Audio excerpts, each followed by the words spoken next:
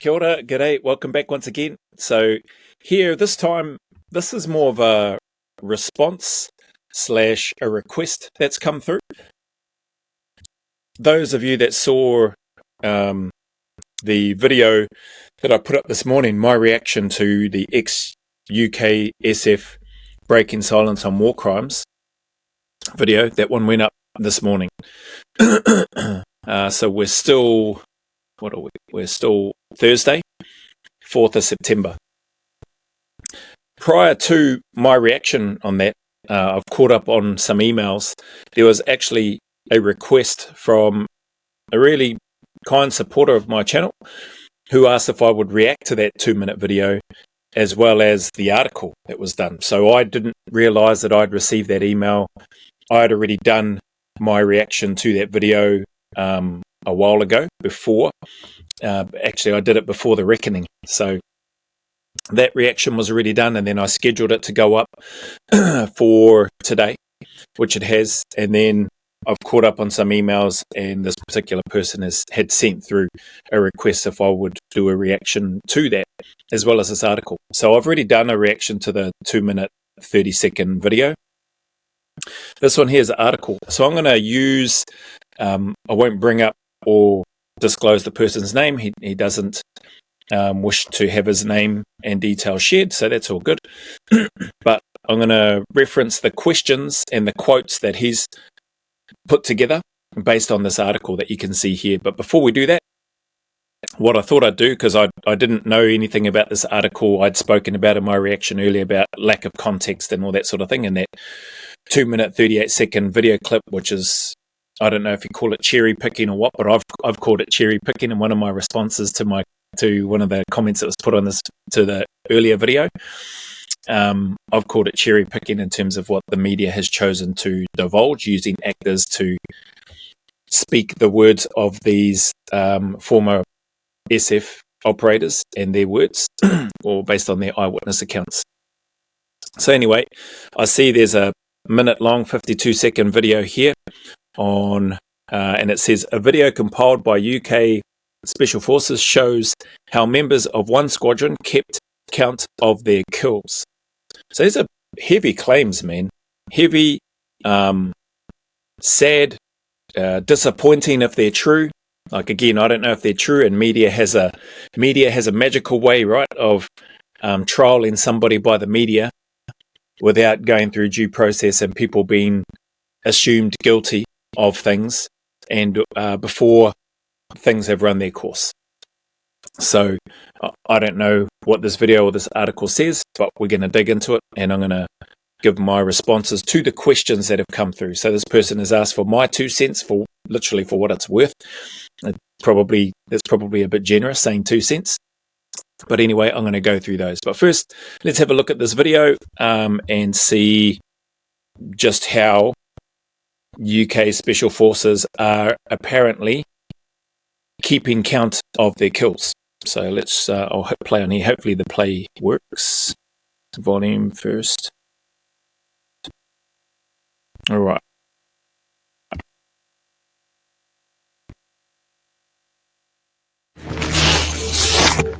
Right on the door for me, right on the door.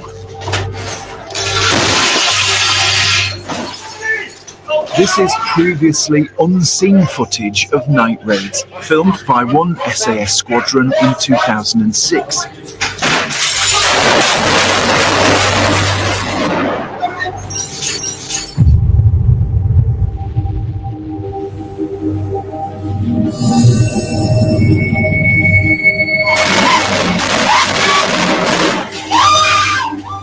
The video's an end-of-tour compilation.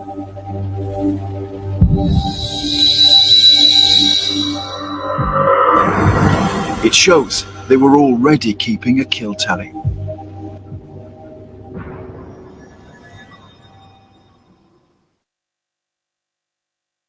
Huh? It showed an end of tour compilation which shows they were already keeping a kill tally. How does that video footage, like, for anybody watching and for the person that's asked for my responses to the questions that you put. I'll get to those. And to this video on the back of the other 2-minute 38-second video reaction that I did. How does this video and this article show that UKSF were already keeping a kill tally?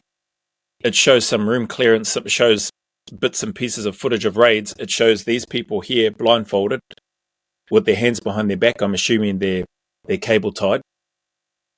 And it shows them going into homes or into a home.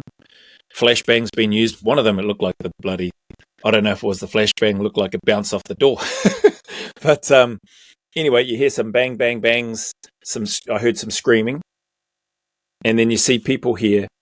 I don't see how this footage is showing, as the wording underneath suggests or alleges, that how members of one squadron kept count of their kills. Nobody appears to be getting killed in this video, and nobody appears to be counting out anything. The pictures, the mugshots that you're showing of people's faces blurred out, no doubt those are probably part of the target packs that they may have received and told to go and capture, and or if they're grabbing people from a place based on the intelligence that they've been given to go there and raid that place to look for certain people, they're going to take photos of the people that are there. So I don't, hopefully anybody with half a brain, right, would look at this video and go, well, that's a crock. That's not showing anything other than some footage of a raid that is taking place. So that's my first gripe with regards to this article, because they've embedded this particular video at the top of and just underneath the heading, ex-UK Special Forces break silence on war crimes by colleagues. I don't see any war crimes happening there, people. I don't see any war crimes happening in that video, that 52-second video that they're just showing here, based on what the line underneath it says. One squadron kept count of their kills. How members of one squadron kept count of their kills. So that's a load of rubbish. Anyway, that's my take. What I'm going to do, I'll leave that there. I'm going to jump to the questions from the person that's put it in. He's got extracts from article. Extracts are direct quotations. I haven't altered the wording. The headings are my own writing to help list out the content more clearly. So thank you for that. Number 1, allegations. In A, in brackets, former members of UK Special Forces have broken years of silence to give BBC Panorama eyewitness accounts of alleged war crimes committed by colleagues in Iraq and Afghanistan. Question 1. Is it understandable it took them so long? Or are you critical of them for taking years to speak out? For me personally, right from the jump, right off the bat, I don't think it's understandable for it to take so long. I am critical of whoever these eyewitnesses, ex-UKSF, are, for taking more than 10 years to put this out. I think I spoke about it in that 2-minute 38-second video. Not a response to this particular question, but something along the lines of, why did it take so long? Like, why has it taken 10, 15 plus years to bring this up? Like, what's been the trigger? What's been the catalyst? So, yep, initially, right off the bat from face value, I am critical. Like, disappointed is probably the word that I would say. I'm disappointed that it's taken so long for these operators to bring up something which is, really heavy and hard. So, yeah, I don't know why it's taken so long. Is it understandable? No, I don't think it is. Then on the back of that, trauma for everybody, regardless of who it is, whether you're a soldier, whether you're a paramedic, police officer, firefighter, just an office worker, or not just an office worker, but you work in a corporate type environment. Trauma can take its toll and come in all different shapes and sizes, and can manifest itself in different ways and at different times. So, with that aspect in mind, maybe there's been a series of events that has triggered these particular operators, or I don't know how many operators there are involved, that are making these accusations or these allegations based on their eyewitness accounts. So there's maybe that aspect to put towards it. But question come to me, am I critical of them for taking years to speak out? Yeah, pretty, I'm disappointed. I would have liked to have thought that you address it straight away, similar to Ben Roberts-Smith. Like with whatever was happening there, the allegations that have been made, as far as I'm aware, nothing's been proven in regards to his case. But it would have been good for something to have happened there and then. There is a question that's not in here, I don't think, that I've been asked, and I can't answer it properly, but I'm going to throw the question out there because it has been asked from people in comments and in messages. Would I have done something about it had I been in those patrols with Ben Roberts-Smith or whoever? So there was nothing to do with this, but you could probably superimpose it on top of this article and these scenarios or these situations based on the allegations that have been made about UKSF. I don't know if I would have. I'd like to think that I would have said and done something, but that's a hypothetical because I wasn't there in those moments. I didn't witness it. I didn't witness anything like that during my time in the regiment in Australia. I didn't witness anybody murdering anybody. I've shared openly about the probably more than a dozen enemy combatants that surrendered to us and that we had been given instruction by the US commander at the time before we deployed, before we crossed into country, that there was no capacity for taking POWs and basically it was left up to us. But we're not murderers, we're soldiers, we have rules of engagement, and when those dozen or more Iraqi soldiers surrendered to us, we didn't drop them. We didn't murder them, we didn't kill them, we didn't wound them any further. We didn't render medical aid either.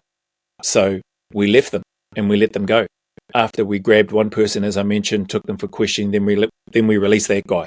And I said, yeah, it was the middle of a sandstorm. I have no problems with that. The question around would I have spoken up, would I have done something if guys started dropping these unarmed soldiers that have got their hands up like this? I like to think that I would have, because that's not what I signed up for.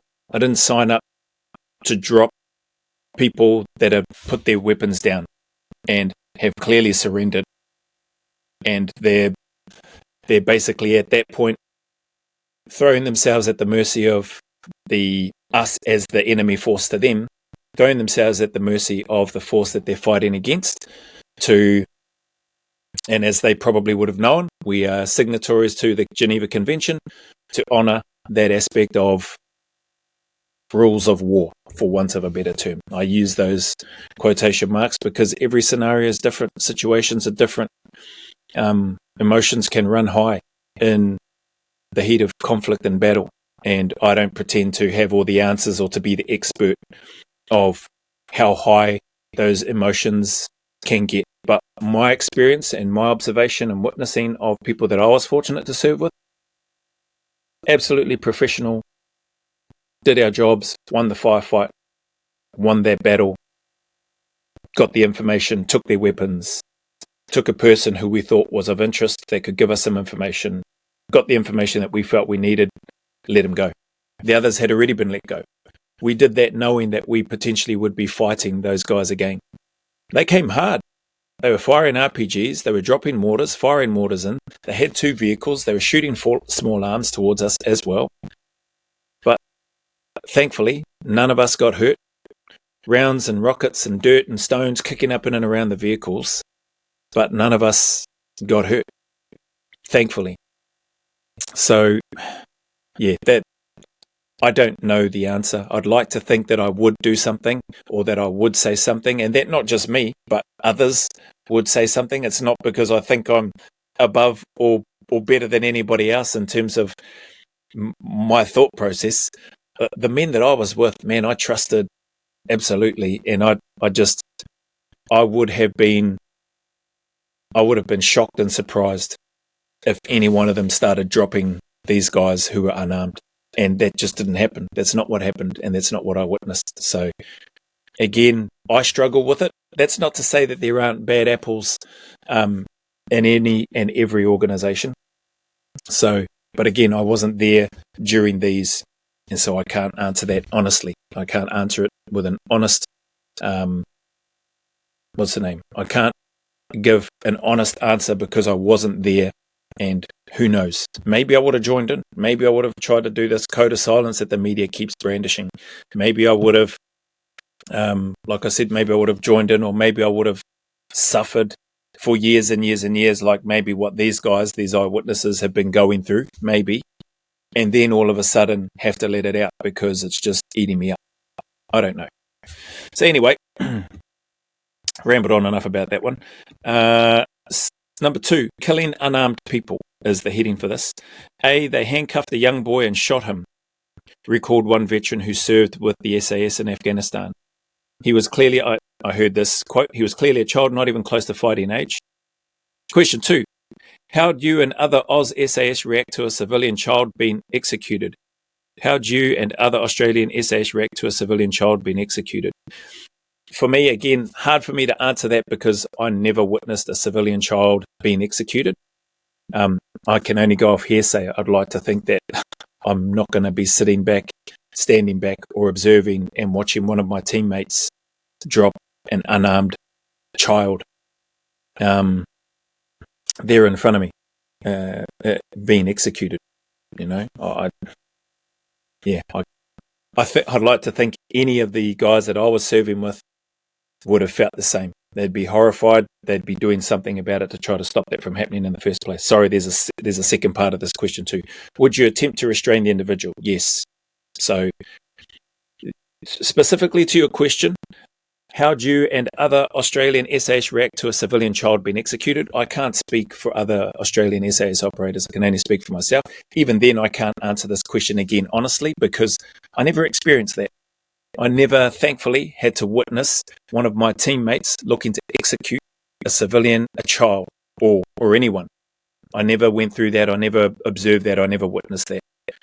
Like I said, the guys I worked with were straight down the line. We had ROEs. We were looking for enemy combatants. We were looking to take out weapons of mass destruction, disrupt the communications where we could. And we did our job as well as we could.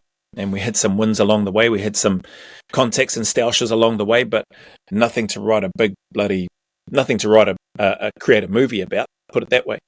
But confronting nonetheless. So to this question, never had to deal with observing or seeing or coming close to seeing a civilian child being executed. Not just civilian child, but a civilian in general. I never had to witness that. Would I attempt to restrain the individual? 100% for me, and we can see that that's a civilian, unarmed, restrained as well. Like I'm personally, well, I'd like to think I say 100%, and then I've said I can't answer. I can't honestly answer it because again, I wasn't in those situations. But I would like to think that I would. I'd like to think that I would confront that person, look to restrain them, try to talk some sense into them, if that was the case. Anyway, question 3. Did Australian NZ give training for how to respond if he saw members committing crimes? This is a really cool question. The short answer is no. I never received any training, and I don't think any of the guys that I served with, I never heard of any such type training. What we have is our rules of engagement. And we have our training and we have our experience and we have that moral compass and the integrity and the values that we're trying to live up to in representing the ethos of the regiment and what it stands for. Who dares wins doesn't mean you just go out and try to get away with murder. That's not what who dares wins. Calculated risks, yep. Sometimes we have to push the boundaries and go above and beyond what we think we may be capable of in order to try to achieve the mission. But who dares wins isn't about operators going out, seeking out innocent people and trying to get kill counts up and trying to just murder people. Like, that wasn't my experience. That's not what I signed up for. I doubt very much that those organizations would still be functioning if that's how they were being run. That's just my take. I can't see operators looking to stand by and just let an organization like that run rampant and do whatever it wants, when it wants. So, did we give training? Did Australia and New Zealand SAS give training for how to respond if we saw members committing crimes? My time? No. I don't think I don't know if there is, I should say, I don't know if there is any training that's been done now, given all this media coverage and everything that's coming out. You'd think that with organizations like those that are continuously looking to evolve and improve, not only their tactics, training, and how they conduct things, how they conduct themselves in business, on operations, and in training, you'd like to think also in this aspect too. So maybe that is something that is starting to, or has started, or maybe it's already been implemented. I don't know. But during my time, no, there was no training for how to respond. It wasn't, for me, it wasn't even a thought. I never even thought that my teammates could potentially go off the reservation and start just dropping guys. Reverting back to that particular contact where those dozen or more Iraqi soldiers surrendered, I remember seeing one of the guys, nicknamed Milo, off the vehicle, running straight towards one of the guys there, weapon up, pointed straight at that person. Our guy, one of our teammates, aggressively going towards him, didn't squeeze a trigger, but that enemy combatant knew in no uncertain terms that if you move in the wrong way or you look to make an aggressive action towards him or anyone of the team, he would have got dropped. He didn't get dropped. He understood the instruction that Milo was giving him. So that's my take on it anyway. So there was no training how to respond if you saw members committing crimes. No course, no training. So that's my take on that. We would use, here's the last part that I'd say in response to your question on question 3. We used our training, we used the hardships that we'd been through, we used the trust that we had and have in each other to do what's right. As I said, that integrity and that moral compass of the men that I had the privilege to serve and work with, man, I had no questions of it. I trusted them completely. All right, let's just see. I'll scroll down a little bit more just for this part here on the screen in case those are reading the screen whilst I'm talking, but I'm just working through these questions. This next one, B. Killing of detainees became routine, the veteran said. They'd search someone, handcuff them, then shoot them before cutting off the plastic handcuffs used to restrain people and planting a pistol by the body, he said. Again, heavy allegations, man. And if that's what's been witnessed by these eyewitnesses, it is even more disappointing that it's taken more than a decade to speak up about this. 3, length of crimes. A, the new testimony includes allegations of war crimes stretching over more than a decade. Yep, spoken about that based on that first 2.5-minute video. Far longer than the 3 years currently being examined by a judge-led public inquiry in the UK. Yep, I heard that in that video as well. Question 4, does it surprise you if it's true war crimes happened for over a decade? Does it surprise you if it's true war crimes happened? If it's true, hang on. Does it surprise you if it's true war crimes happened for over a decade? Yeah, my initial gut feeling, again, just based on my limited experience, it does surprise me. It would surprise me. Is it possible that it's happened? 100%. Anything's possible. And like one of the people that commented on my reaction to that 2.5-minute video, he said the fact that the eyewitnesses are not showing their faces doesn't make their testimony any less or any more valid. And I agree with that. That's a cool statement. That was a cool comment. But it is not helped when you've got a narrative being driven and led by the media. And I think those being accused should have the opportunity to face their accusers and to know who those accusers are, not just hidden behind some actors, which they spoke about in that video, to speak their words. Like, if you're gonna accuse somebody or a group of people or the whole regiment, if that's what it is, of these crimes, then, front up. I look at Ben Griffin as an example. A lot of courage, character, integrity there. There he is, put himself out there. The comments of maybe they're scared for themselves or for their families, their loved ones, etc. Well, I'm sure Ben Griffin's probably feeling the same, isn't he? Based on what he's come out and shared, based on his experience. So why do the others get a pass? Because they're scared or whatever. Anyway, I'm probably going off tangent there, but the point that I was trying to make is that it's valid in and around that comment. The fact that they're not showing their faces at this time doesn't mean that their testimony isn't valid, and it doesn't mean that it's more valid. But I think if those being accused should know who's accusing them, not just some blurred out face or some other actor's face just speaking the words of the accuser. That's my take on that anyway. Does it surprise you if it's true war crimes happen for over a decade? It would surprise me right off the bat. But again, anything's possible with regards to how individuals may react or respond in a high stress environment. There's a whole bunch of different factors, like UKSF, the number of UK soldiers being killed. Some of those may have been well known to operators.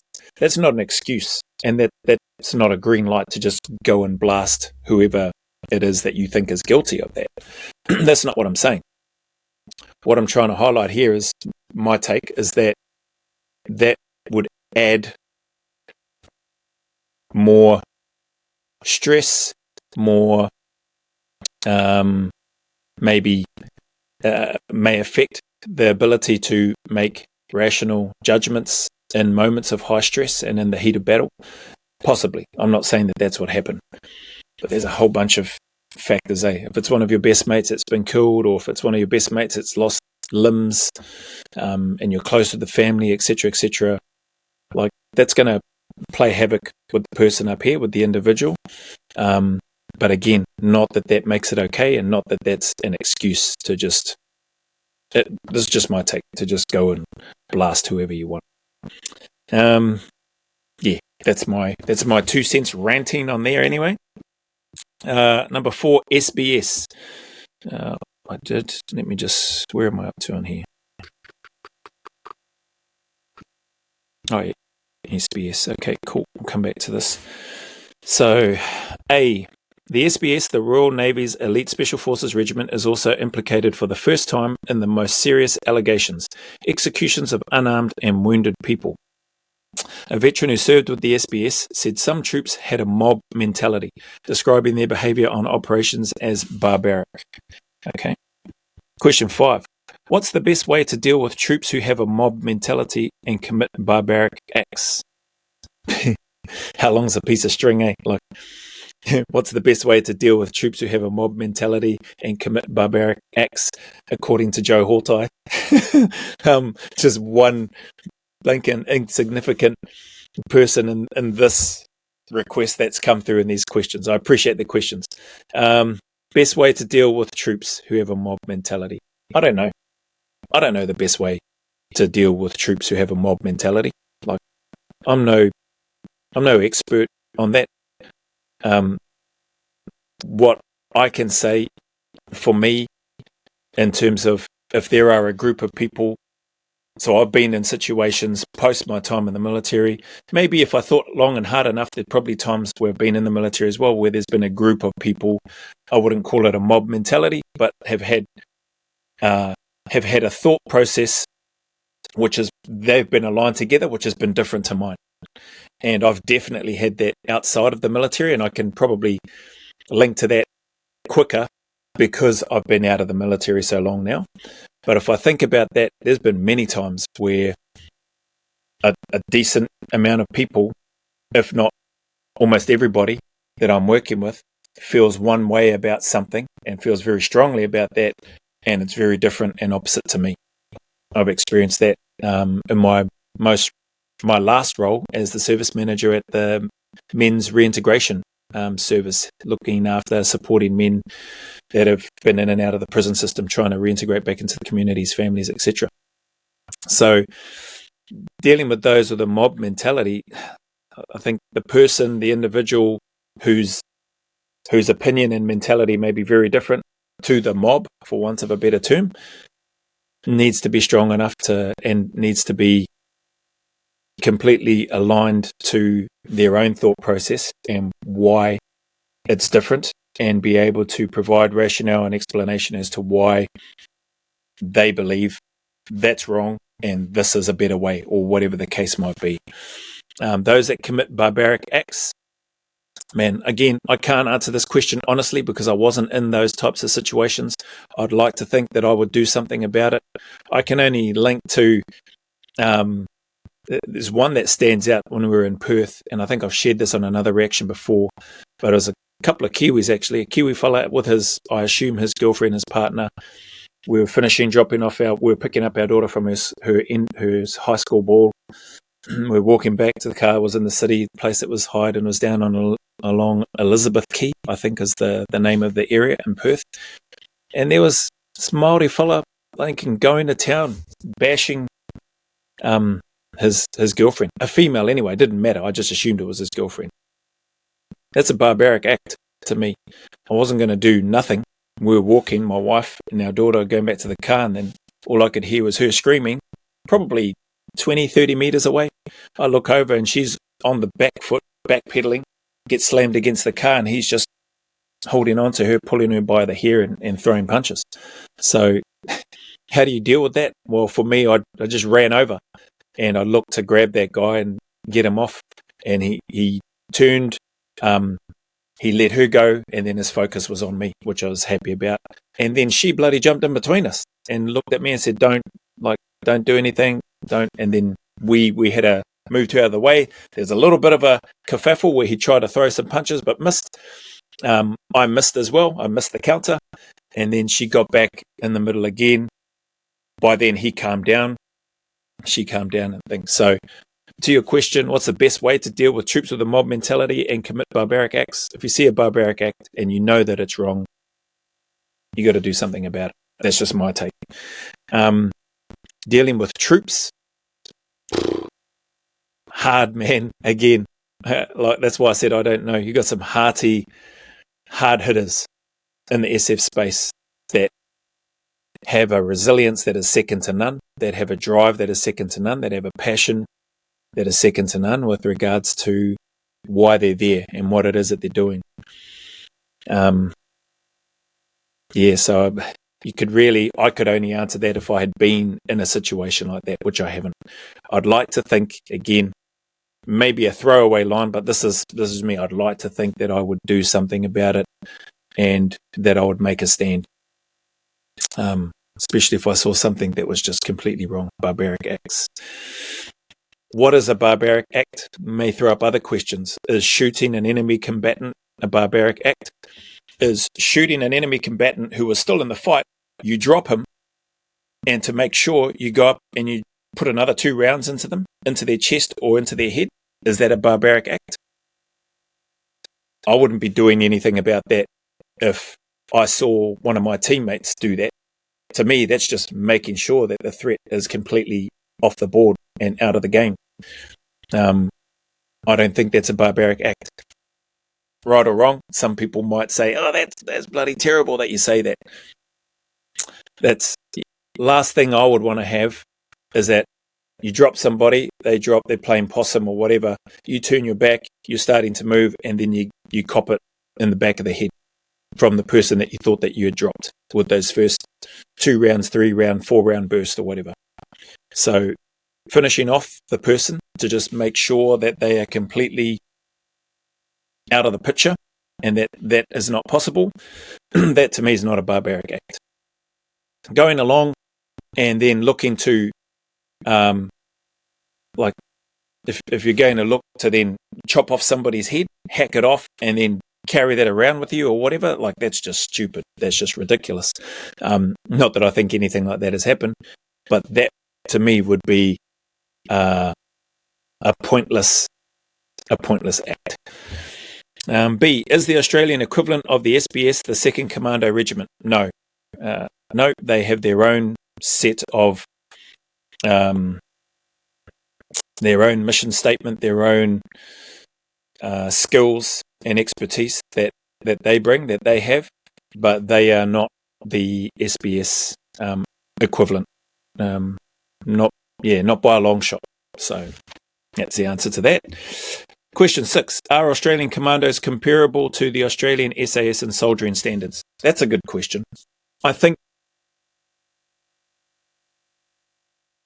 probably certain soldiers within the commando unit probably are comparable to Australian SAS soldiering standards.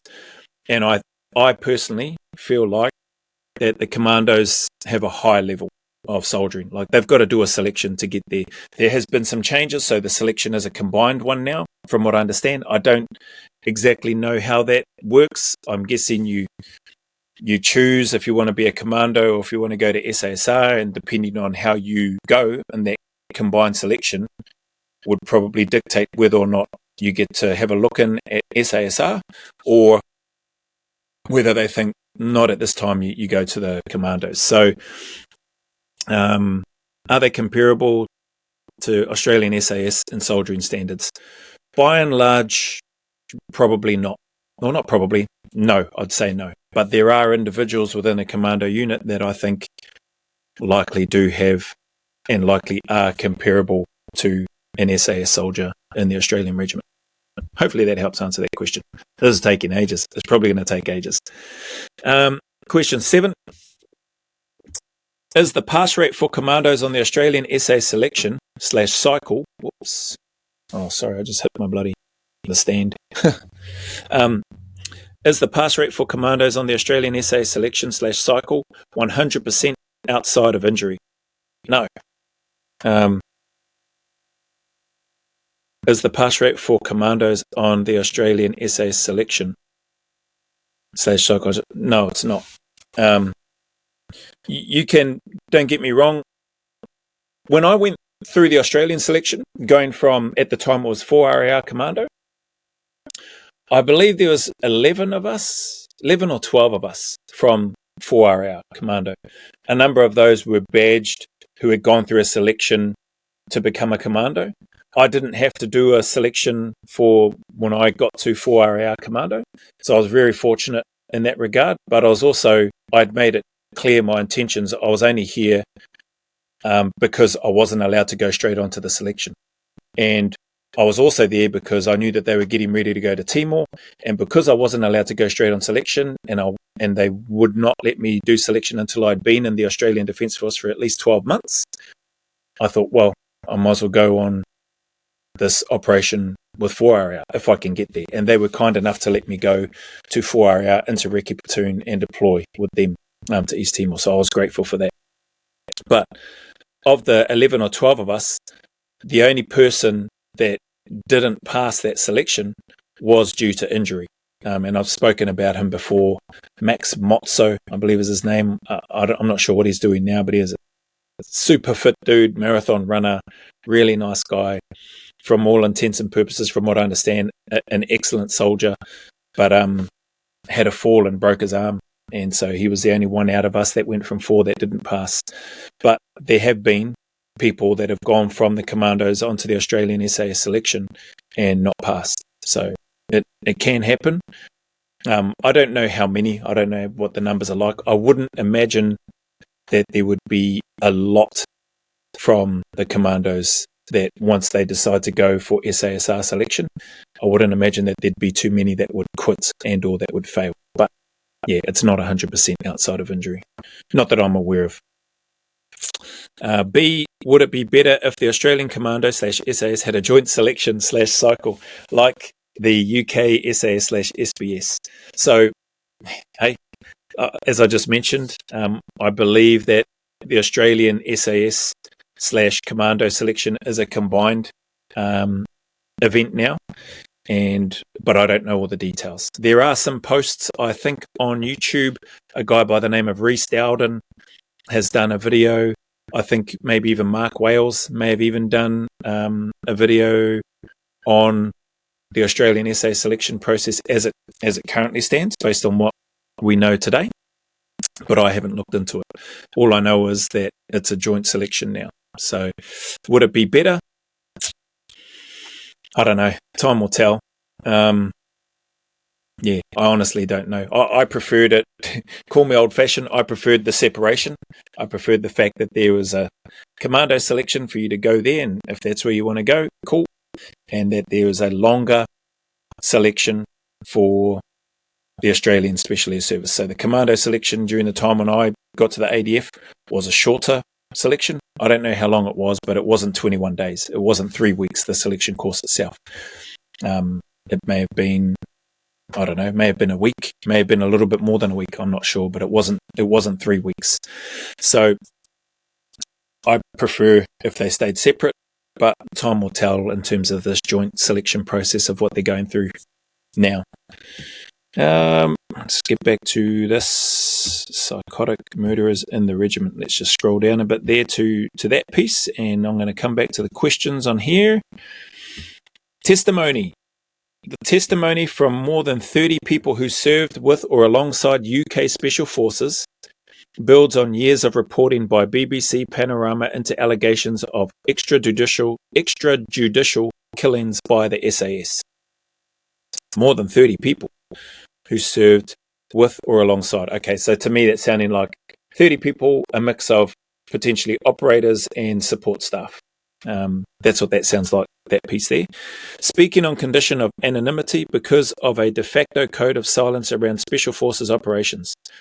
The eyewitnesses told the BBC that the laws of war were being regularly and intentionally broken by the country's most elite regiments during operations in both Iraq and Afghanistan. Okay, so he's cited a quote from the article. I don't know if that's on the piece of the article that I've got it there now, but that's fine. It's a long article. Question 8. Do you disagree with ex-UKSF and other ex-military being anonymous when whistleblowing? Yeah, I do. I mean, if you're an ex-operator or an ex-support member that was part of that, and you want to blow the whistle on things that you believe were wrong, that were inhumane, that were just flat out war crimes, then yeah, like, what do you want to hide your face for? What do you want to hide behind an actor for? Like, just come out, put it out there. I don't know, start a social media account, do your own little videos if you're worried about whatever, post those up and then go to the media or whatever. Do it in conjunction, like a whole bunch of different ways. If you're going to lift the lid on it, and if you're going to go Lincoln full noise, then go full noise and show your face. That's my take on it anyway. Maybe people are worried about backlash from pro-military and general supporters and all that sort of thing. And yeah, I suppose I can get that. But yeah, I guess it just comes back to, again, a bit of, if you believe in it, stand your ground. Like this is your rationale. This is what you believe is the right thing to do. And these are the reasons why. And yeah, not to flog a dead horse, but I know I am. But that's why I have a massive amount of respect for Ben Griffin. Like, I may not agree with some of the responses that he gave on the HL podcast with the host that was speaking with him, but that's neither here nor there. The respect that I have for that guy, putting his face out there and sharing his experience based on what he observed, witnessed, and what he went through. How can you not respect him? And these people, not to say that they don't have respect, it would just be, again, coming back to, you're going to accuse people. Like, I think those being accused have a right to see the accusers' faces. Anyway, that's my take on that. It's got 6, killing. Killing is the title for this one. If a target had popped up on the list 2 or 3 times before, then we'd go in with the intention of killing them. There was no attempt to capture them, said one veteran who served with the SAS, referring to people who had been previously captured, questioned, and then released. Sometimes we'd check, we'd identified the target, confirm their ID, then shoot them, he said. Wow. Okay. Again, big, bold, heavy claims, allegations, and if you're reading and sticking, this is just my take, if you're just reading and sticking straight to this article, it could be very easy to just go down a rabbit hole, in my opinion, and go, wow, there's UKSF are terrible. Like, look at what they're doing here. One of their own is saying that. Now, I don't know if this, hang on, it said one veteran who served with the SAS. Okay, so to me, that's implying that this is an operator that served with the SAS, not a support person's viewpoint or take on this particular piece. Sometimes we'd check, we'd identify the target, confirm their ID, then shoot them, he said. Heavy allegations. So hopefully this stuff comes out in the wash if it's true. Disappointing if it is. I haven't got to the question yet, but just reading that, it's a heavy allegation for the operators and for the regiment to have to confront, but very easy for the media to, very easy for the media to cherry pick the comments and statements that they want to use to build this thing up. Anyway, B, often the squadron would just go and kill all the men they found there. Holy heck. Seems very, I don't know if this is around the same time when Ben Griffin was talking about, but I assume there would be some crossover because they're talking about 2010, 2013, but it started before then, hence my comments around more than a decade, more than 15 years ago. It sounds like it would cross over to the stuff that Ben Griffin has spoken about. I didn't hear Ben Griffin talk at all about murders that took place. I heard him talk about torturing, them taking people, the trauma that would have been causing, bundling people up, taking them away, and then them being fed through the pipeline, and then him getting reports of people being tortured. And he acknowledged that he had never seen or witnessed the torturing happening firsthand, but he heard from people that he knew and that he trusted who had seen it, that had told him about it. So just, with this here and linking that, if Ben's come out and spoken about the torturing aspect and what he heard based on his experience, I've never heard him talk about any killings like this, killings of unarmed, cable-tied people and then dumping weapons on their bodies or in their hands. Seems like he would talk about something like that. Again, he may not have been part of these operations. He may not have been part of this squadron that they're talking about. But for me, it's really hard to sort of grasp that would be happening by operators within the UKSF, and not for.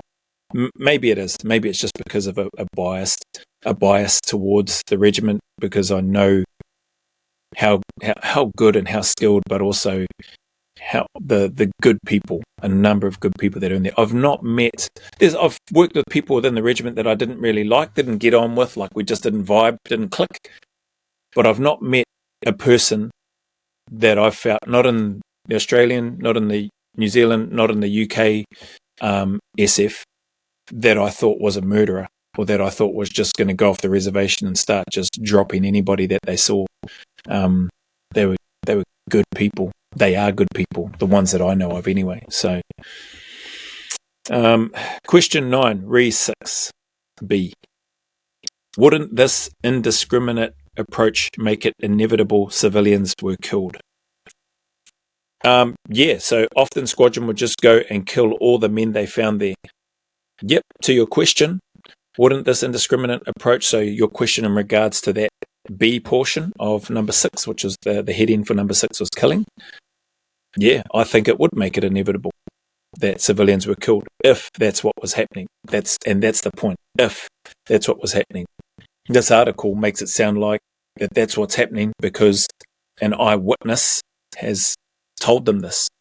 But again, there's we're only getting one side of this narrative, this story. We're only receiving. We're not getting anything else from those that have had these allegations made against them. We don't know who those individuals are that have had these allegations made against them. So maybe they don't even know that these allegations are being referenced to them. I don't know. Do the people that have had these allegations made against them, do they know that this article is talking about them and their actions? I don't know. So the answer to that question, would it make it inevitable, indiscriminate approach, make it inevitable civilians were killed? Yeah, I think so. If you're going to go in there and do that, if that's what's happened, more than likely there'd be some innocent civilians that may be part of that. Court systems that require a higher threshold of evidence to find someone guilty have been found to wrongly convict innocent people. Yes, we 100% know that that's true. There's a whole bunch of, I don't know, have the information off the top of my head because I'm not a legal, I don't follow the legal system, and people that have been innocent all along, but then, you know, they were found guilty and served a heck of a long time in prison for a crime that they didn't commit. But I'm sure, and I know that there will be heaps of that stuff online. You just got to have a look. So, yep, I agree with that comment there. Question 10, do you agree/disagree with this method of killing? Yeah, 100%. I don't agree with that method of killing. Like, you're talking about just go and kill all the men they found. It just seems it just doesn't make sense to me. It doesn't seem that that's something that they would do, unless you know, because you've had eyes on a threat, that these are known terrorists in this building that you're going into. Then yes, you're going in there and you're dropping all of those. Again, that's based on the intelligence that you receive, right? The guys aren't going out and drawing up their own intelligence packs. They're getting the intelligence from the intelligence core people, who then compile the packs and then present that information, give it to them, and then the operators go out and execute based on the intelligence and information that they receive. Okay? That's... I don't think that's changed. Pretty sure that's still the way. Do you agree or disagree with this method of killing? The question is in relation to squadrons going out and just kill all the men they found there. Depends on the information and intelligence that's been received or that's been given. If you're just going out and indiscriminately killing people in a building, then yes, I 100% disagree with that.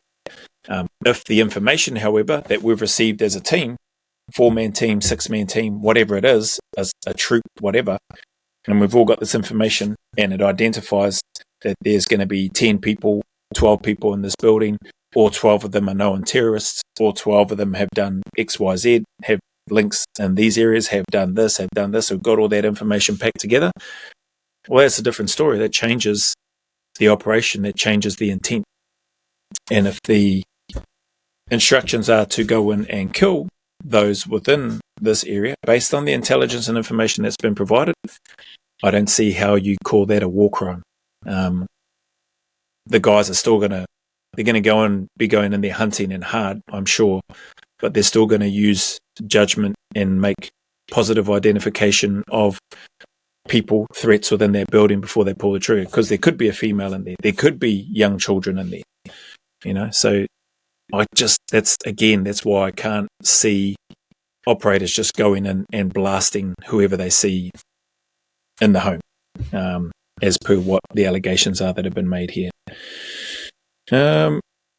If ordered to follow this method of killing, would you have refused/reported it? Yeah. Like, I would have refused to just go into a house if it wasn't part of our intelligence briefing that we received prior to, and just start killing everybody. Right or wrong? I personally, well, again, that's what I'd like to think I would do, right? I can't answer that question honestly because I've never been in that situation again. As much as I'd like to say, yeah, I would, which is what I just said. Yeah, I would refuse. I don't know if I would refuse, right? Because I wasn't in that situation. I'd like to think that I would have the courage to stand my ground and go, listen, this person's clearly unarmed. Like, I'm not killing that person. But again, I never experienced any leaders within the unit that would ask me to do something like that. Like, I just didn't witness it, I didn't experience it, and I haven't been in a situation like that. So If ordered to follow this method of killing, would you have refused/reported it?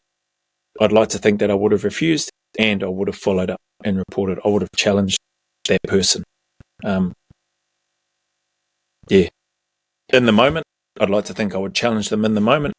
Got unarmed people there, and we're just going to slaughter them. It's not what I signed up for. That I signed up to be able to go, deploy, serve, and help people that potentially didn't have the ability or capacity to help themselves or protect themselves, and to get rid of people that were just bloody tyrants or, made out to be tyrants. Again, people will come back and comment and go, well, your own government and the governments that you work for are the tyrants. And there's probably some truth to that, man. Like, I'm no expert on government things, proceedings and all that sort of stuff.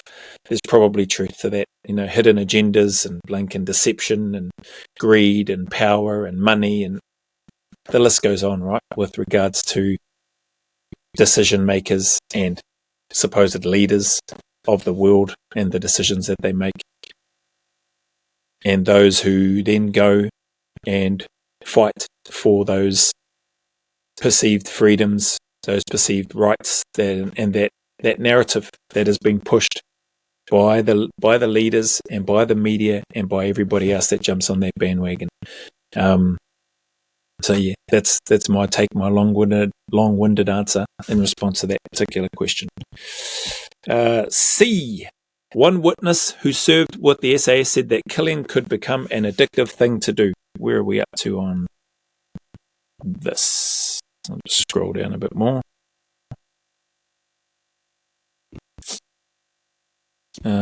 Let's go there. I'll just pause that there. Could be an addictive thing to do, and that some members of the elite regiment were intoxicated by that feeling in Afghanistan. There were lots of psychotic murderers, he said. 12. Do you agree that killing can become addictive? Man. Good question. I don't know. Again, I don't know. Like thinking hard about that, not long, but initially, do you agree that killing can become addictive? I say I don't know, and then in my mind, as I'm going over that question again, I think it would only become addictive if you're nuts, if you're crazy. That's my take on it. And the men that I knew and the men that I know that served in the unit are not crazy. They're not murderers. They're not psychotic. They're not crazy. They're some of the nicest, genuinely nicest people I've ever met. I'll give you an example. Mal Downs probably won't remember me. Mal Downs, ex-UKSF. The way you see him, his friendly nature, his positivity on the podcast that he's done, that's the man that I met way back in 2006, 2007, and he hasn't changed.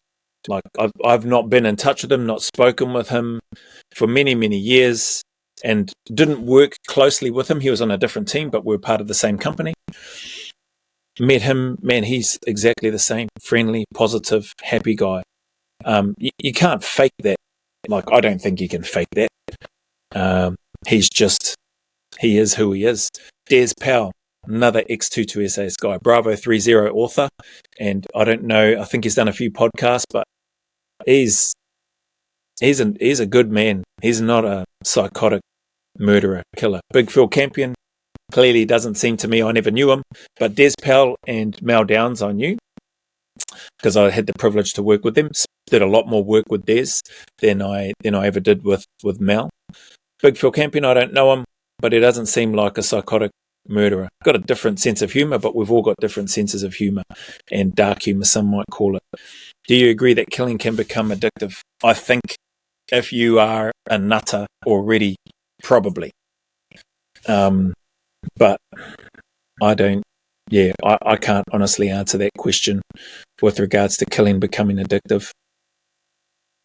Yeah, I'd like to think that no, it isn't, that you're taking lives because you have to, and you're put in situations because you have to, because either your life itself is in danger, or the lives of those that you're working with, or the lives of those whom it is your duty to protect.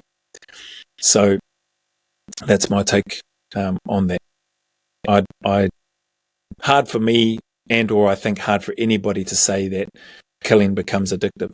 I think movies have a way of portraying that narrative, and that may be why this question comes up, because movies play a massive part. You watch serial killer documentaries, and often some of them will talk about how it just became like breathing for them. They got away with it once and they just continued on doing it. Like I said, they're bloody nuts. They're crazy. So I think it can become addictive if you are not wired properly upstairs. Properly. Who am I to say whether or not somebody's wired properly upstairs? Yeah. So anyway, I think movies play a part in pushing a narrative like that, potentially. And I don't think it's right. I don't think that should be happening. Do I think it's possible that not necessarily killing become addictive, but that killing can become a regular occurrence for SF guys on operations? Yeah, I think so. You send them out into the fire enough times on multiple different jobs and operations over and over and over again. I think inevitably there's going to be people that lose their lives on those jobs, because they're not going out to ask if they can borrow some sugar from the people whose homes they're raiding, right? They're not going and knocking on the door and asking. They're not there as Jehovah's Witness or Mormons looking to preach the gospel or anything like that. Like, they're going in there for a purpose to try to get the people based on the intelligence that they've received. Anyway, are you aware if you've killed any people? Do you want to know if not? Do you want to know if not?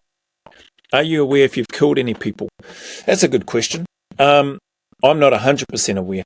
So again, for me, some of the context with regards to use of the Mark 19. So I had the Mark 19 grenade launcher on the vehicle. That does some damage, and that can be a very accurate tool.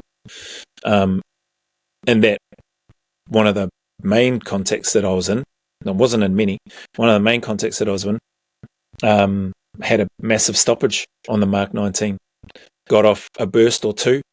The rounds to me looked like they landed in good vicinity of where the enemy was. But am I paying attention to see if I'm dropping people with that? No, I wasn't. Then I had the stoppage, and then my world just focused in on getting that gun going, which eventually did, but it took a while. So the fact that I had the other guys in the vehicle, the driver and the PC, the other vehicles with their weaponry that they were doing, one of the other guys who got awarded a gallantry medal for his actions and that during that contact and that as well. Javelins going off from our side, taking out their vehicles, 50 cal guns going off, other Mark 19s going off in the direction of those enemy. I don't know if my rounds downrange took the lives of any enemy soldiers during that time. May have, may not have. Do you want to know? If not, do you want to know if not? I don't care. It's for me, it's neither here nor there, personally. Yeah, I never got into the role or into SF to try to have a kill count or anything like that, which I think the perception may be from outsiders that that's what SF guys do and or want to do. Don't get me wrong, there may be some bloody nut jobs in there that I can't speak for everybody. Like, I never knew everybody, but that's not why I joined. Like, I know why I joined, and I've touched on why I joined in there: to serve, be along the guys that were out there doing the job, protect my mates, myself as well, and those who weren't able to protect themselves, and get rid of blinking muppets that shouldn't be,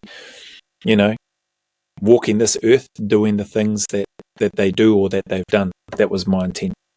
So if I could help impact that in a positive way, I was happy. So are you aware if you've killed any people? No, I'm not.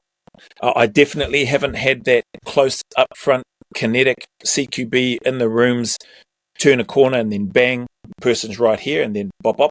I haven't had any of that. The contacts that I was involved in were at distance and then closing the distance, open ground out in the desert, and then, close up. And once they knew that they were done, they surrendered. So, yeah. Do you want to know? I personally, again, I don't care. It's neither here nor there for me. D, on some operations, let me just scroll up a bit more. This is going to probably take, I don't know how long this article goes for, but it looks like it goes for a bloody long time. So I'm just scrolling down here now to the next part.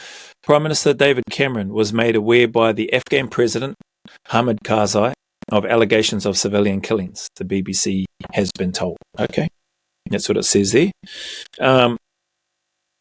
Let's get back to this. On some operations, the troop would go into guest house type buildings and kill everyone there, he said. They'd go in and shoot everyone sleeping there on entry. It's not justified killing people in their sleep. I agree. If that's the case, I agree with that statement. The question here for me, question 14, is again, wouldn't this indiscriminate approach to killing lead to civilian deaths? Most likely. That was the question mark, and my response is yeah, most likely that would. And turn the population against you. My thoughts, if you're going into a place and you're doing that sort of stuff, indiscriminate killings, you're not winning any hearts and minds. It would turn the population against you. That's my response to this question, because it's a question that this person is asking me. Wouldn't this indiscriminate approach to killing lead to civilian deaths? Most probably. And turn the population against you? More than likely. It probably would. So that's if this is what was happening. E, a veteran who served with the SBS, told the BBC that after bringing an area under control, assault teams would sweep through the area, shooting anyone on the ground, checking the bodies and killing anyone left alive. It was expected, not hidden. Everyone knew, he said. Veteran who served with the SBS told BBC that after bringing an area under control, assault teams would sweep through the area, shooting anyone on the ground, checking the bodies and killing anyone left alive. I don't have any context in there. It was expected, not hidden. Because I've already spoken about if you are fighting a person or a group of people and they're loyal followers to the death and you drop them, I've said I don't think it's a barbaric act, and I don't think there's anything wrong with making sure before you carry on and move through to the next area that you need to get to place your next foothold. I see no problem with making sure that that person is out of the game. Like they've fought, you've both fought, they've come off second best, they're on the ground. I want to make sure that they're not going to get up and shoot me or my mates in the back as we start moving through. And I'm going to plug that person a couple more times to make sure that they're done, that they're gone. So this doesn't really provide any context from my take anyway, as I've read through that. I don't, it doesn't make it clear. Are you talking about we've got an area under control? So say that 52-second video that we saw at the start of this article. So are you saying that, let me scroll back to it. So you're saying that this looks like it's under control, right? That video screenshot, whatever you want to call it there, looks like that area that they're in is under control. Are we saying that now, based on the comments that I just read here, now an assault team's going to come through and just shoot everyone and then make sure that they're dead? I don't know. Not enough information there on that part. And then it just says, everyone knew. It was expected, not hidden. Everyone knew, he said. It was expected, not hidden. Everyone knew. Okay. 7. Killing wounded. SBS veteran told Panorama that wounded people were routinely killed. He described one operation during which a medic was treating someone who had been shot but was still breathing. Then one of our blokes came up to him There was a bang. He'd been shot in the head at point blank range, he said. Okay. Yep. So medic, what was this? SBS veteran top described operation during which a medic was treating someone who had been shot but was still breathing. Then one of our blokes came up to him. Okay. And then dropped him or put another round in him whilst he's getting treated. Okay, that's what's been said from the article, or in the article. Question 15, how do you/Australian SAS react if you saw an injured person being executed? Yeah, to me that's an execution. I'd like to think, and again, even as I read that, I don't think I'd be happy about it, and I would be saying something about it, or I'd like to think that I'd be saying something about it. If it happened just like that and it was unexpected, I had no idea that that was about to happen, yeah, there's going to be some tension from my side towards whoever that person is. I'm going to speak my mind in and around what is going on. That's what I'd like to think I would do anyway. I wasn't in that situation. I've never been in that situation, so who knows? Maybe I wouldn't. Maybe I'd just freeze and say nothing.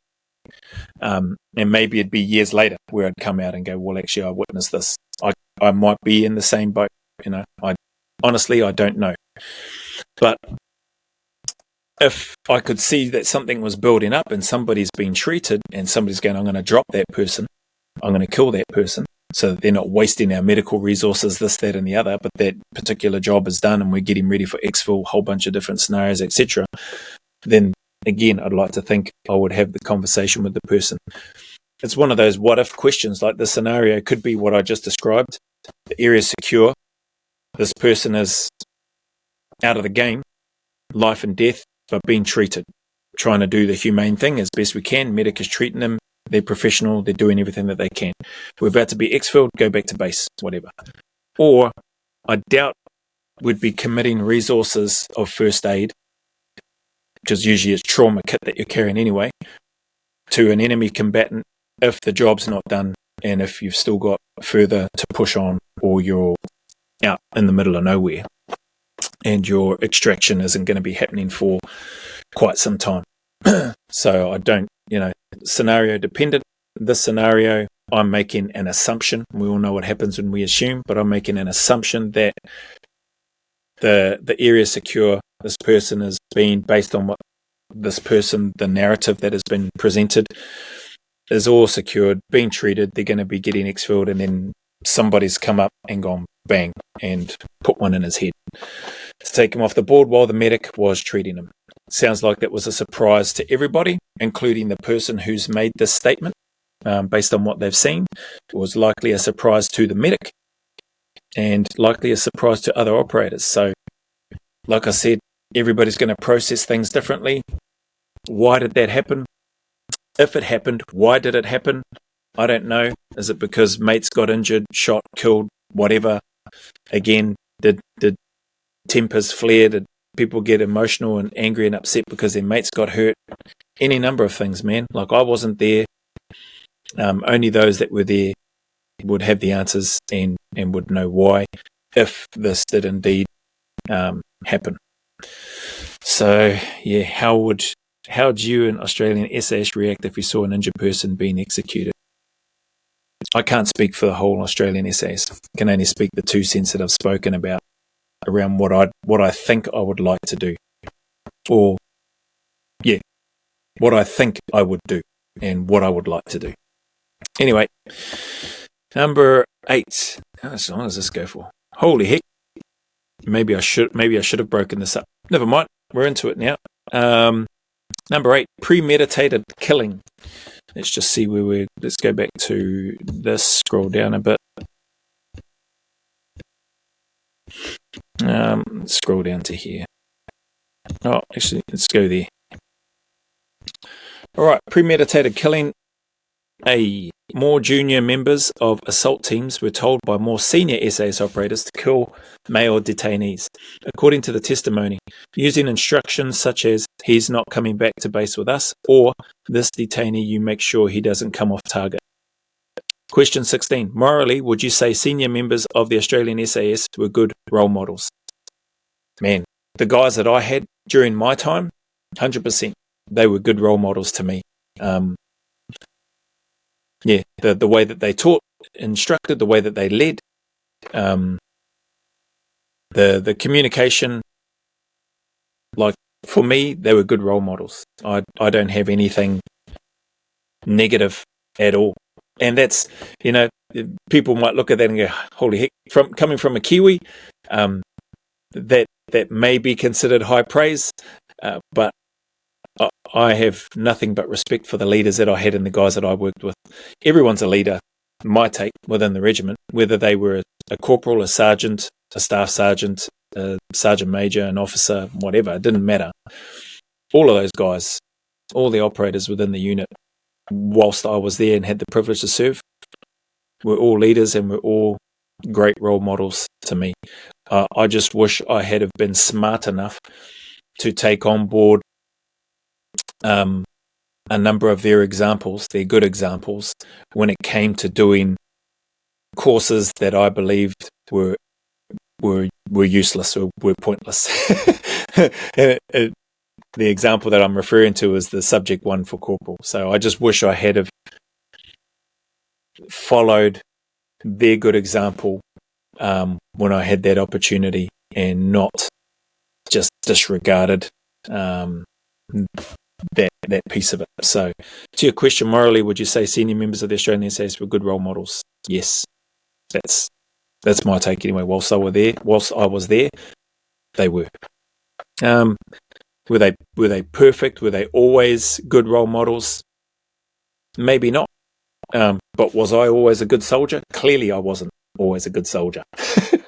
So, you have these peaks and troughs, whatever they call it, ups and downs.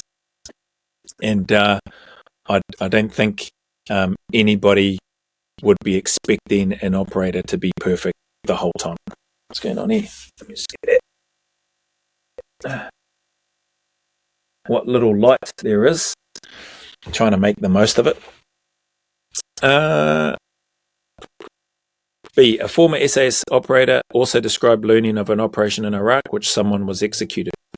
A former SAS operator also described learning of an operation in Iraq during which someone was executed. Okay, so that doesn't sound like an eyewitness account. It sounds like a witness is speaking to the media about something that they heard. That's what that sounds like to me. Anyway, it's not finished, so I'll carry on. It's got quotation marks underneath, so I might have jumped the gun. It was pretty clear from what I could glean that he posed no threat. He wasn't armed. It's disgraceful. There's no professionalism in that. The former operator said the killing was never properly investigated. He added, according to the SAS veteran, the problem started long before the regiment moved across to Afghanistan and senior commanders were aware of that. Okay, so that just sounds like a piece that's been copied and pasted from the article into this person's email message that they've sent me along with their questions. Okay, so I'll leave it at that rather than dwelling on that. But it's there. So now it's got number 9, kill counts.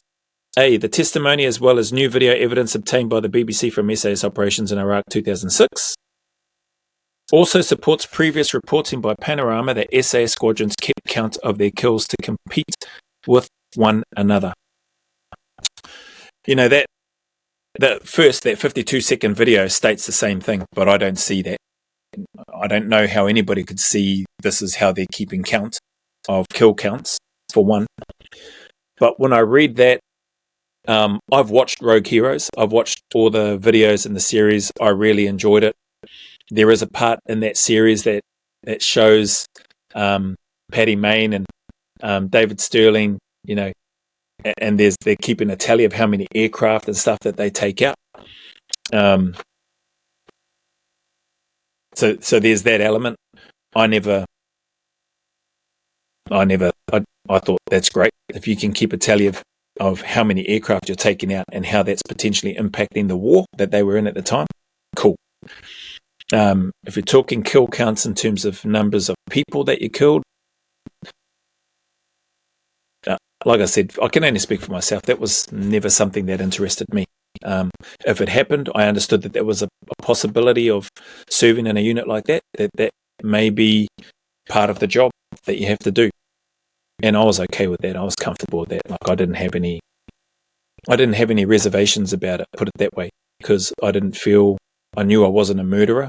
I know I'm not a murderer. And I knew that, I felt like I knew that the men that I trusted that I was working with, that they weren't murderers. And everything that I observed during my time and my experience was a testament to that. Didn't see any murderers, didn't see any executions. Men handled themselves with integrity and professionalism during my time. And I'm grateful for that. So, yeah, I think I just went a little bit off tangent there, because rogue heroes, people might connect the dots in terms of the counting, but squadrons kept count of their kills to compete with one another. Like I said, that 52-second video doesn't seem to show that.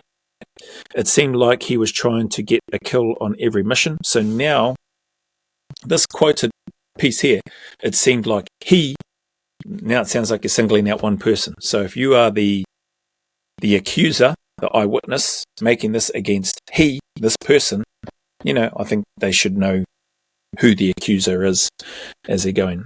Was trying to get a kill on every operation. Every night someone got killed, a former colleague said. If every night somebody got killed,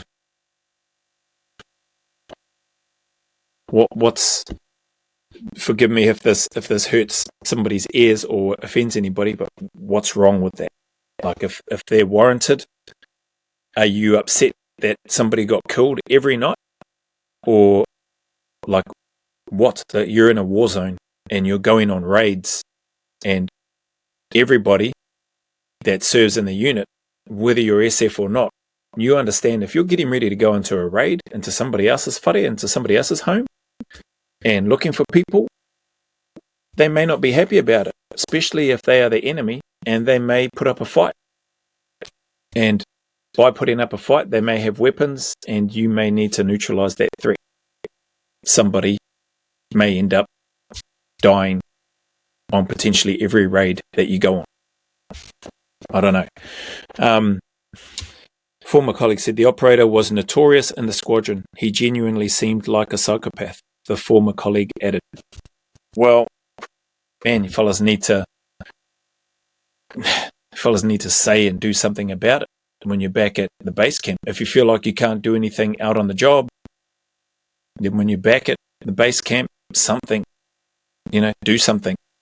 Not wait 10, 15 years and then come out now and say, oh, Bob over here was a crazy psychopath, and we knew it, or genuinely seemed like, so notorious in the squadron. He was notorious in the squadron. He genuinely seemed like a psychopath, and we did nothing about it.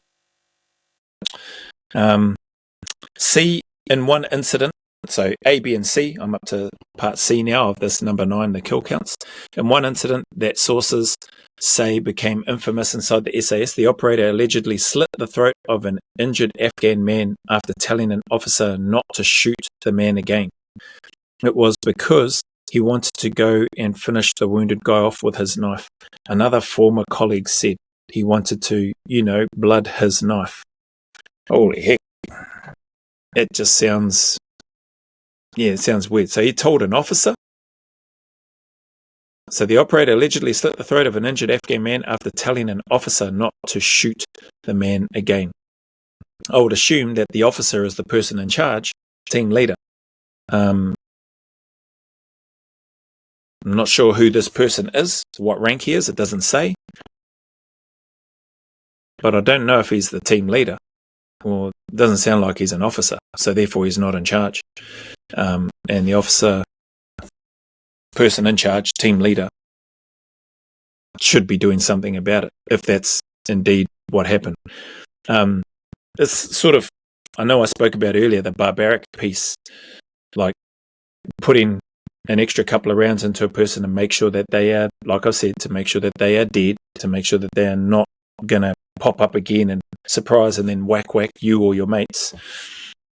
I've got no problem with that. I don't think that's barbaric. I did talk about, if you go and you're hacking somebody's head off or chopping parts of somebody off as linking some warped, demented sense of having trophies or whatever, That's just, you're nuts. That's just crazy. That's stupid.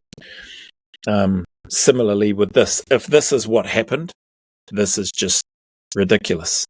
It's stupid. If it's what's happened. Anyway, question 17. Would you expect this person to be kicked out and imprisoned if he was in the Australian/NZSAS? If there was a person in the Australian NZSAS who did this, yes, I would. I would expect them to be kicked out. I would expect them to be charged with crimes. There's nothing in an ROE that I'm aware of that says you go out and you do stuff like that. That's just stupid. That's crazy. To me, anyway. So, right or wrong, I would expect that person does not have the privilege to serve in a unit like the SAS, if that is their mentality and if that's what they've been doing. Is it bad if squadrons competed with each other's kill counts? Man, that's I just think it's unnecessary. I never saw it. I never witnessed it. There were squadrons, like obviously in my time in Australia, rotated in and out of Afghanistan. They did, I didn't. I heard about some of the context whilst I was on cycle that squadrons were getting into some blinking heavy contacts. Guys that were over there during Anaconda. So was I on cycle then? I think I was on cycle then, or maybe selection or cycle, one of those anyway. And as you know, Anaconda was some heavy stuff that happened during that time for the guys that were there. I never heard, during my whole time in the Australian Regiment, I never heard of any of the squadrons boasting about or bragging about or looking to compete or starting some sort of tally about how many contacts or how many kills the squadrons got. Never once heard that. And yeah, I think it's unnecessary. I find it hard to believe that would happen in and around kill counts of individuals. The aircraft stuff, like I said, from Rogue Heroes, or tanks, or buildings, or bases, like that to me, like I don't see an issue with that. Like keeping a tally to have an understanding of hopefully the impact that you're having on a conflict, or in this case a war. But individual numbers of people, I just don't see any value in that. Personally, I don't see any value in that. Right or wrong, some other people may see value in that. I personally don't. It is what it is. And we are nearly an hour and a half, and I don't care. So I'm just going to keep going. Number 10, commanders aware. Okay, so where are we? Let's go to I think it spoke about, what's his name? David Cameron was made aware. Reports were fiction. Let's scroll down to here. So reports were fiction on here. Again, I'm not reading through this article. I'm reading through the information that's come through in the email to me for my reaction and my responses to these questions. Right or wrong, is my 2 cents. Commanders aware, number 10. Knowledge of the alleged crimes was not confined to small teams or individual squadrons, according to the testimony within the UK Special Forces command structure. Everyone knew what was happening, said one veteran. Okay, I'm not taking away from personal responsibility, but everyone knew, he said. There was implicit approval for what was happening. Right, implicit approval for what was happening. Holy heck. So, here's the thing then. If these witnesses are saying that there was implicit approval for what was happening from the leaders, who's been charged with the war crimes? To me, it seems like if the witnesses are saying that the leaders knew, then the leaders must be the ones getting charged with the war crimes? I don't know. There was something, I think it's Alan Jones, an Australian guy, who was doing a report and talking about, I forget what it was. There was something in the Geneva Convention, which Australia, New Zealand, America, all that sort of stuff are signatories to, whereby, what was the name? Was it a former commander, might have been a Japanese commander or something like that, who was, and it was named after him, this particular piece within the Geneva Convention. I can't remember what it is. I'll try to find it later. But he ultimately paid the price for what his subordinates did, because he was the leader. He was the guy at the top. And the way that the wording was, it seemed real weird to me, but the way the wording went was something along the lines of that he could be held responsible because he had ultimate oversight, even though he may not have known and or approved the actions of his subordinates and what they did. It was words to that effect anyway. And he was hanged for it, from what I understand, if I heard correctly. This was Alan Jones talking about war crime allegations. I think it was in regards to Oliver Schultz, one of the ex-Australian SAS guys that has, I think he's still waiting for trial or whatever it is. I don't know what the latest is on that one, and I haven't seen anything pop up on my feed. I assume it would pop up on my feed if there is anything recent, but the last I saw was about 5 years ago, with regards to footage and stuff that shows what appears to be, who I assume is Oliver Schultz, asking, "You want me to drop this guy?" and then gets information, instruction, and then proceeds to drop a person who appears to be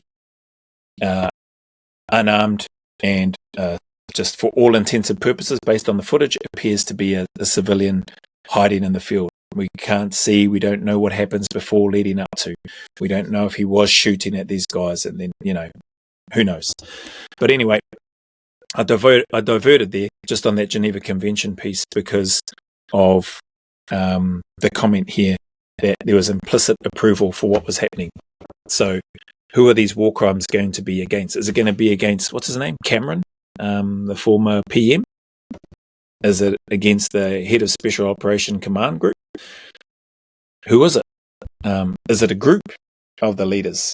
Or is it just coming back to the troops on the ground, and in this case the SF operators who have been not called out, who are accused of having done these things with the implicit approval of the higher-ups. So anyway, question 18, after that ramble. Question 18, what punishment should senior commanders in UKSF and the wider UK military be given if they allowed these crimes to happen? Right. Man, you got some good questions, bro. I wish I had the answers, eh? I don't have the answers. What punishment should senior commanders in the UKSF? Far out. If I was, what should the punishment be? I don't know what the punishment should be. But if I reflect on my reaction to J. Cal and just the hardship and the trauma that it's put him and his family and his teammates and their families through, and how it's put their lives on hold for a long, long time. Like, as an example, Jane not being able to get a visa to go to the US, where he's full-time working now, head instructor for GBRS, etc., and how much that's negatively impacted his ability to just live his life. It'd be great if there could be something equivalent to that these leaders would have to go through. But again, I don't know whatever the law or whatever the rule book says the punishment should be is what the senior commander should get. I don't think they should get anything worse than what an individual, whether they be a private, a trooper, a corporal, a sergeant, whatever, should get. I don't think that's right. I think they just should not be above whatever that law, whatever that ruling, whatever that punishment is, and they should get the same as whatever the legal system requires. That's my 2 cents on that. B, was/is the senior leadership of AusSF/military good? ? During my time, I had no issues with the senior leadership of AusSF, of the Australian Special Air Service. I didn't have any, apart from my refusal to want to go do that subject course. That wasn't an issue, and that wasn't a lack of good leadership. That was them being good leaders and me being bloody stupid and pig-headed and stubborn.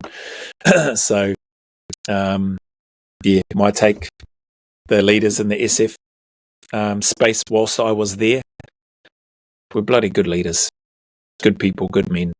Yeah, perfect? No way, not by a long shot. Consistent, disciplined, and good and fair. Yeah, my take during my time, I believe they were. My observations were that they were. And my immediate leaders, my patrol commander, my platoon sergeant, my troop commander, my squadron SSM, squadron OC, they're good leaders, good people. Yeah, I don't have anything negative from me and my time personally to say about that, or to say about them, I should say. Yeah.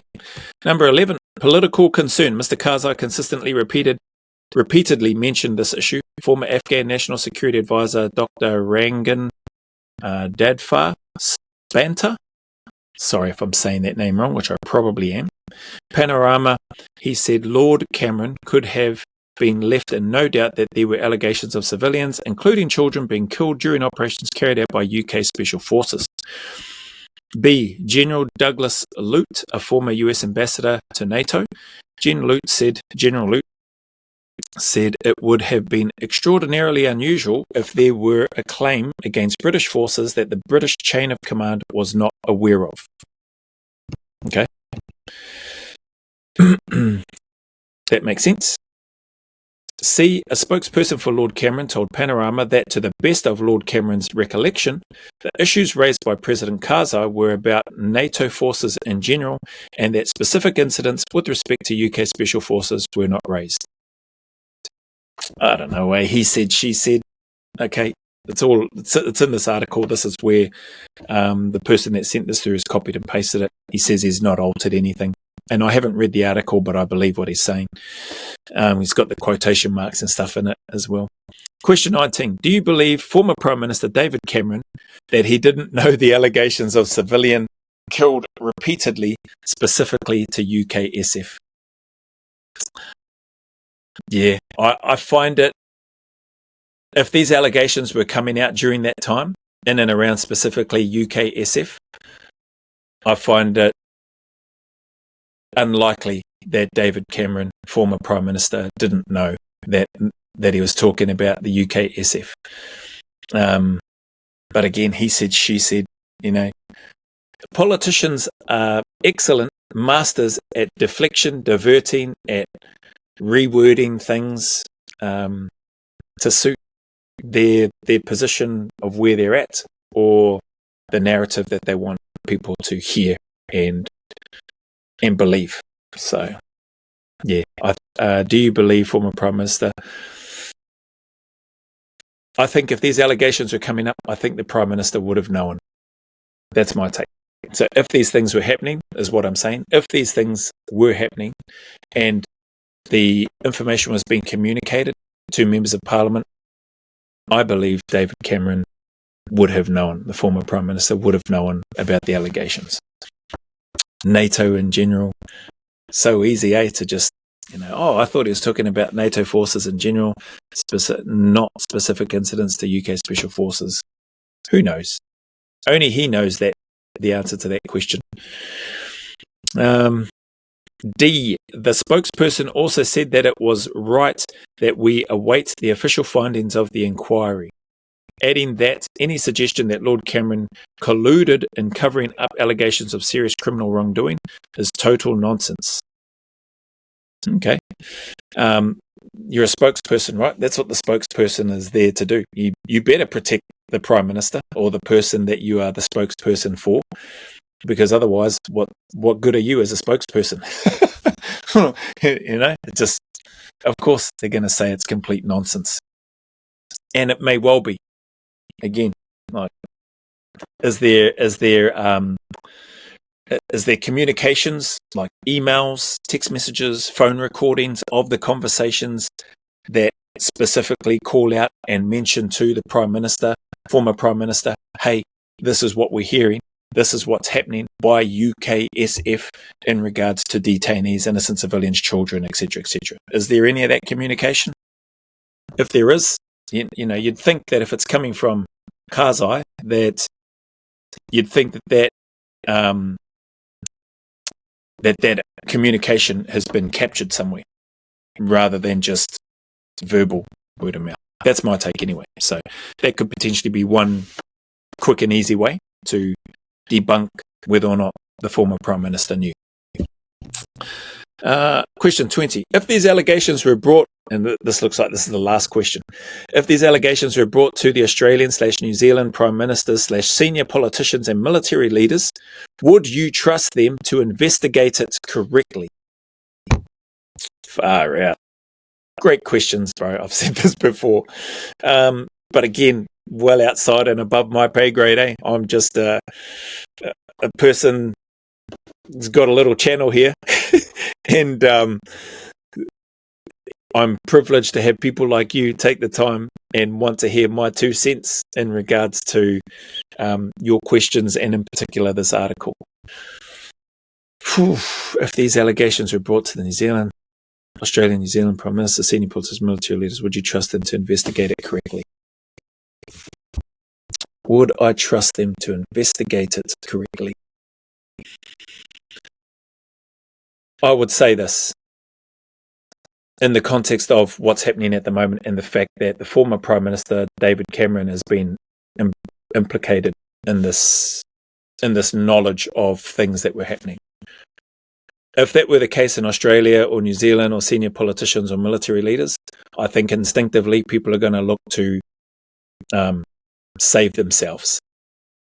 So I don't think if all things being equal and the same, and it's the Australian Prime Minister, New Zealand Prime Minister, senior politicians, military leaders that have been implicated in the knowledge of these things happening, and it's potentially going to shine a light on the fact that, or not the fact, it's potentially going to shine a light on that they allegedly didn't investigate these things properly.